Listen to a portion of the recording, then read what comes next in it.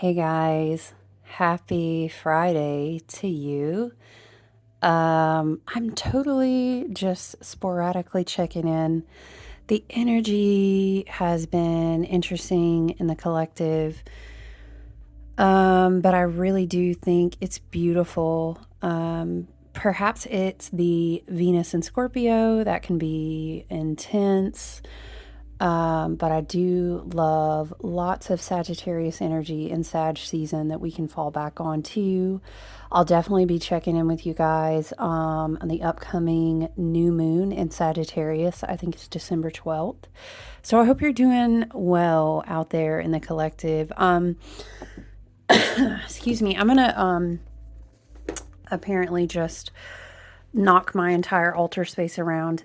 In my one-on-one work and other personal work and such, the star card continuously has been coming out a lot today and yesterday. So I thought I would give you maybe just a little ASMR treat if you're walking or driving or going about your day, or whenever you do see this, it'll be divinely timed. The star is wonderful at renewing our sense of hope and realigning us with our true north, so to speak. So I believe any day we could all use that sense of encouragement. So I'm just going to read to you. And I thought, because this card has literally come out so frequently yesterday and today, that the collective needs this energy. So just a happy Friday to you. I'm going to read from the Wildwood Tarot. I do have this tarot deck, actually. I've had it for years. But I love the description that it offers. And this is a wonderful book. It's Mark Ryan and John Matthews, illustrations by Will Worthington. The book alone, especially if you were called to, Druidic, Gaelic, Celtic, if you were called to pagan-based earth paths, we all have different lineage and beautiful ancestors, but irregardless of all that, this is an amazing book to add to your tarot collection. So I'm just going to read to you today. Mark Ryan and John Matthews, in this book, they refer to the star as the pole star. All right, so I'm just going to read this to you. The position on the wheel, the pole star is placed at Imbolc on the 1st of February. It is associated with the new moon, which, yes, we do have a new moon coming up in Sagittarius, right? So, and the universal lore, it stands between the elements of earth and air. The pure white light of the pole star illuminates the dark void of the universe and casts its radiance upon the earth. The stars represent the remotest power in the celestial sky and the interaction and fusion of particles that produce light and heat. I really nerd out on environmental science and studied it a lot in getting my degrees and whatnot, but I won't nerd out today. I'm just going to tell you, you guys probably could have guessed that I could just go on and on about fusion and particles and quantum and theory and light. And you know how I get about your electromagnetic energy field, but I digress. Let's continue to read. Stars rise above the earth, beckoning our searching minds to reach beyond our own solar system and grasp the vastness of space. I'll say this as a side note, because this card has come out a lot in the collective energy. What I think is wonderful is that we can learn about the Galactic Center. That's a great thing to Google and read about, and about the Galactic Center and the role that it's playing in the collective astrology right now. So it is of no accident, of course, as it never is, that we're reading about the star, and that spirit is it takes me back to the movement of the Galactic Center and the increase of solar flares and just lots of different energy spikes and changes going on this year. Let's continue to read. The swirling clouds of stellar dust that form the heart of the stars spiral outward into infinity and turn with the cycle of the universe. The blessing of the pole star radiates to the earth, across the abyss, and reminds us that the same stuff of creation that fuels and binds these mighty sentinels of the night sky burns within us. Latest research shows that stars initially formed as a sphere within a ring or circle of matter, echoing the cup and ring symbols found carved on the stones of prehistory that may represent the seed of manifestation and the source of creation itself. The blessing of the stellar world bathes the earth and the human spirit with healing and regenerative energy. The pole star symbolizes universal law, higher spiritual knowledge and power. The first breath of creation formed the stars and binds them together as constants within the visible universe. Obviously, I don't have to unpack for you how much I love the stars, but I digress. I'm a true double Aquarian with lots of Aquarius in my chart, so I love the stars. This also makes me think of the fact that I'm thinking that the star coming up frequently the last couple of days, Neptune has gone direct in Pisces, and that is beyond the bounds of we would say, the gatekeeping of Saturn when we get out into the outer lying planets. And we recognize Neptune as being an archetype of the higher heart. It echoes in higher dimensions, vibrations, and frequency, whereas Venus is more, it's not that it's lower, but it's a different resonance of energy, right? So it makes me think of Neptune going direct, our higher heart messages that stream in from maybe our galactic ancestors, and cosmic messages that kind of pull the chest and the heart chakra up and outwards. You look up, you reorient yourself with, maybe you would say, your true north. You open your Stargate portal, you open your heart chakra, and you receive. It's like a waterfall of light, but it's very cosmic and galactic. If you resonate with starseed energy, if you resonate with, we understand that our ancestors are not just in this dimension or on this earth, they're also very galactic. So you may resonate with those things. There may be light code, download, upload, however you view that, frequential vibrational messages coming into your auric field, entering through your heart chakra, your Stargate. So this definitely reminds me also of Neptune and Pisces, Neptune going direct, kind of an open to the vastness. But the Sagittarius energy lets us kind of be receptive to it down through our crown chakras. And Aquarian energy and Sagittarius, they are very harmonious. So they love each other's vibration. They're very similar in their truth and their freedom and their philosophy. And so, yeah, I'm just sharing and kind of channeling as I read. Let's go back to the reading, though. Our own star, the sun, reminds us of the awesome power that burns at the heart of these stellar giants, and yet that they are only the sentinels of our own visible reality.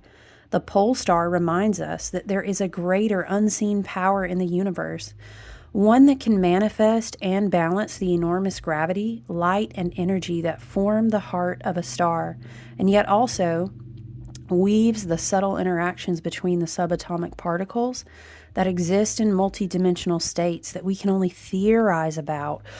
Oh man, I have to pump the brakes because my Aquarius nerd would just, we could go hard, okay? We really could for hours.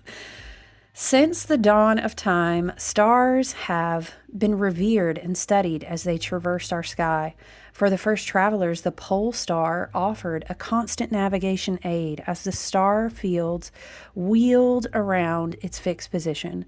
Long-range calendar predictions and mathematical equations also developed from these first attempts at astronomy. Research suggests that the pyramids were laid out in the shape of the constellation of Orion. Don't get me going about Orion now.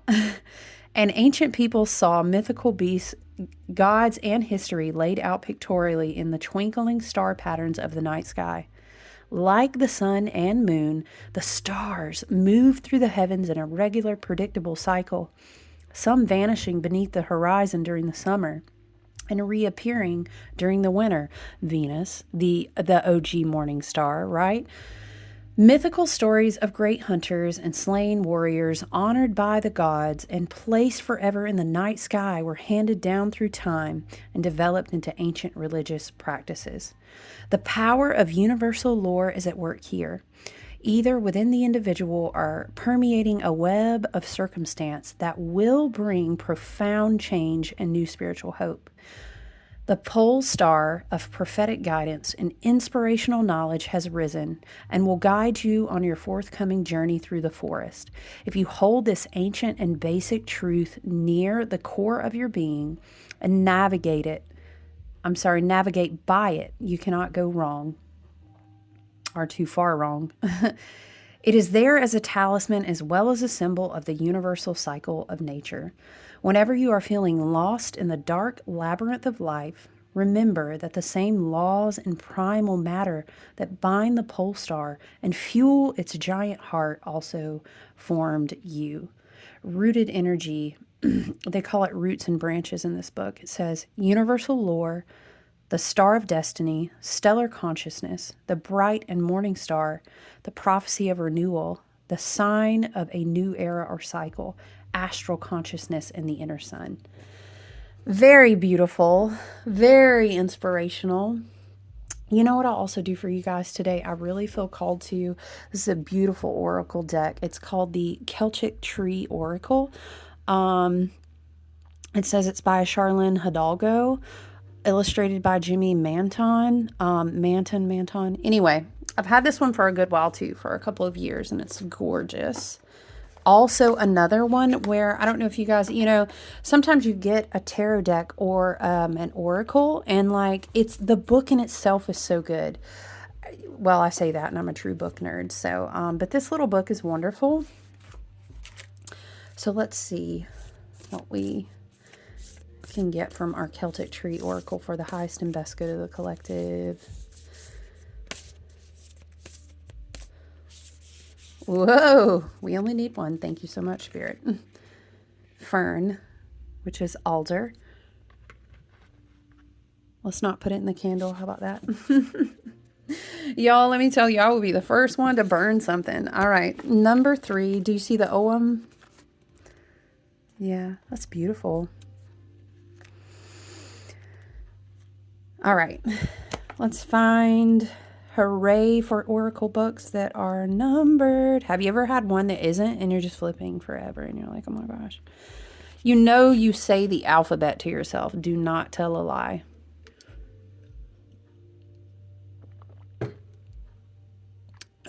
Excuse me. Okay. Look, I love how this book has like lots of dates and references, different hemispheres.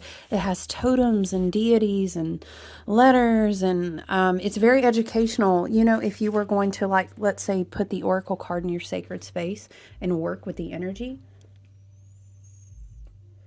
which I personally think is really awesome. And if you're also new to certain paths and you're collecting information, just a really awesome book. All right. Fern Alder. Northern Hemisphere dates December 27th to January 23rd. I want to say celestially, energetically, speaking in terms of energy, I think Sagittarius season, galactic center, there's so many placements we could spiral off into astrologically, but I think that Sagittarius season up until the winter solstice and even after will begin in Capricorn season to really kind of anchor down a lot of this energy and embody it in a way. Mercury is already going ahead of us, of course, and being in Capricorn, so it's going to prepare. I'm seeing our mental body. It's like growing new branches in a tree or solidifying roots down into the Earth Star chakra. But it's almost as if your mental body was shown to you like a tree, but it's inside of you, right? That's how I'm seeing it. So I think that with Fern Alder coming out and is referencing these dates that come a little bit after the winter solstice, I think we're going to be embodying a lot of this. The energy just feels very cosmic, and I could elaborate on that, but I'm not going to, and I will trust that your guides and your intuition will bring that into your own crown chakra and in your own mercurial way for your own understanding, okay? But I'm also going to read from the guidebook to you, okay? Keywords: guidance, prophecy, and divination. Exactly, see? Strength in a dispute or a battle. Lots of, I will say, it says spiritual protection, but I'm feeling collectively, and again, in one-on-one work and just different intuitive feelings, Plus, going through experiences, like I said, with people that I work with, there is a lot of spiritual protection being called upon. We also understand, of course, this is the season where there is less actual quote unquote light. Of course, this depends on what hemisphere you're in right now. I am in the northern, so I'm speaking from that point. So it's a natural flow of the change in energy. And we have a tendency, and maybe it's the survival in our bodies and our ancient ancestral line, right? We feel the need to call on that protection, but the need to invoke spiritual protection. We're also going to be going into Mercury retrograde later on, closer to these dates. So it's very interesting, very interesting. But our guides will be with us nonetheless, and so will we be with ourselves. You know, we have our team and our monad, our higher selves, all these things. So it's all good, but in awareness. Spiritual protection, balance between the masculine and feminine energies, definitely. The fern alder initiates in the third lunation and represents guidance and initiative. This tree also represents leadership, power, and strength. If you need backbone in a dispute, this tree offers you strength and resolve as well as protection. Alder holds both male and female powers and shows us how to balance these aspects within us. Alder encourages us to seek the oracle to help us update our intentions and assert our plans. So to me, this feels very much like visions are forming, visions. And let's say the phrase, seek the oracle.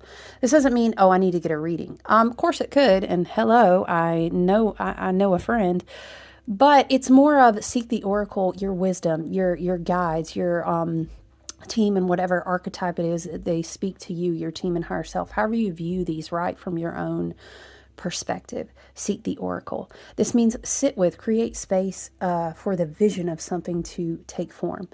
If I were advising you, for example, off of astrology, hey, should you go create 1,000 new projects in the middle of the winter? No, you're going to be working harder, not smarter. But, anyway, it feels very much like make space to hold the vision as it comes through the crown chakra, as it comes into the mental body. Make space to embody a new vision is what it feels like. Okay. We set renewed intentions for an upcoming new solar year. Yes. There's a quality of self-sacrifice for the good of the community. And that's interesting because we have the star card. Aquarius is very humanitarian, community-minded. So we see the synchronicity there. The Ogham for the alder is fern, and the letters are F, V, and G, W. Fern, alder, in a reading. Alder is especially connected to prophecy. Alder reminds you of your bird and animal totems, as well as your guardian spirits and allies, and asks you to listen to their messages. When this tree appears in a reading, reconnect to your own ancestors or spiritual lineages for guidance, information, and support.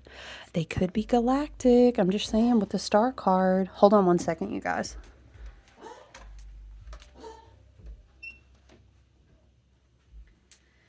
Sorry, I was just closing the door. You don't have that sound distraction. Okay. When this tree appears in a reading, reconnect to your own ancestors. Yet we read that part. Be alert to synchronicities in your daily life.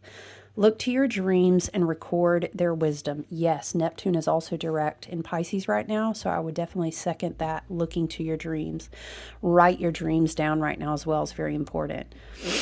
If you set this intention, they will inform you. It may also be a time to use your divination tools or consult a trusted friend or psychic. What does your intuition tell you? What does your gut say? If you're involved in a dispute or a conflict, this tree offers you spiritual strength and protection. Alder possesses a strong male energy that offers you backbone and strength. Alder provides a bridge over troubled waters. What is that song? Bridge over troubled water. Anyway, I think I just butchered it. Listen, okay. When you get alder, you are asked to address your balance of masculine and feminine energies. Also, Sagittarius card in the major arcana is, of course, temperance, which is all about balance. Yes. What is the best use of these energies? Perhaps you're being overly assertive or aggressive, or perhaps you're being too passive or dependent upon others right now and giving away your power. Alder asks Excuse me, Alder asks you to work from your own inner sense of authority. Trust your feelings, thoughts, and visions. Fern Alder offers you support as you delve into your own inner knowing. Alternatively, you may not be listening to others. Is it is it possible you are being too ruthless and ignoring ethical considerations? Either way, Fern Alder invites you to return to the middle path, Sagittarius reference again, and create a more balanced life. You have help and you are never alone. I love those beautiful messages for us in Sagittarius season on this lovely Friday. I would absolutely second that. Encouragement of dream work. If this speaks to you and you've been having super vivid dreams or super bizarre dreams, write them down. It will never let you down, I guarantee. And sometimes it just takes more self discipline to consistently do it.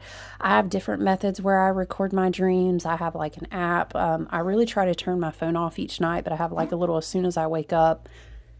I'll make a little post-it note on my phone or something. And listen, when you write down your dreams as well, you don't have to write like paragraphs. And if you feel called to do it, like that's great because sometimes it flows. But sometimes you want to hit the high notes, the things that I was like, this stone, this person, this crazy thing that happened, hit the marks of what stood out to you. Developing recording your dreams as a practice, it will start to kind of be like a reverb effect between you and your higher self and your guides in the astral and other dimensions. And you will notice, as I will say, is like growing a muscle, right? So I'd encourage you. And you go back as well. It's often helpful to like go back and review dreams that you've written down and you'll see certain things. So I would just encourage you, if you feel so called and your intuition, your own team and higher self, your own guides, of course, always take what resonates, leave the rest.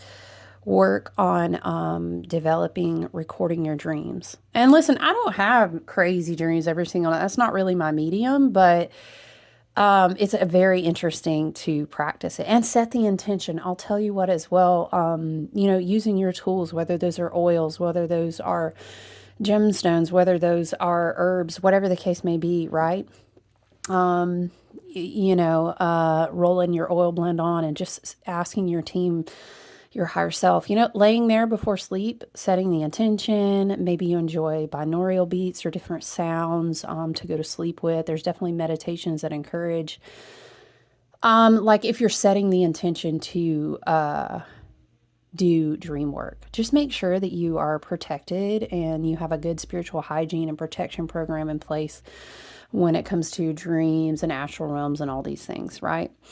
I would also say if you struggle with that, one thing that I personally found really helpful was like in the waking hours, I'm usually up very early, but it's like when you very first wake up, grab some headphones, throw some binaural beats on, throw a mantra on, whatever the case is that is calling to you.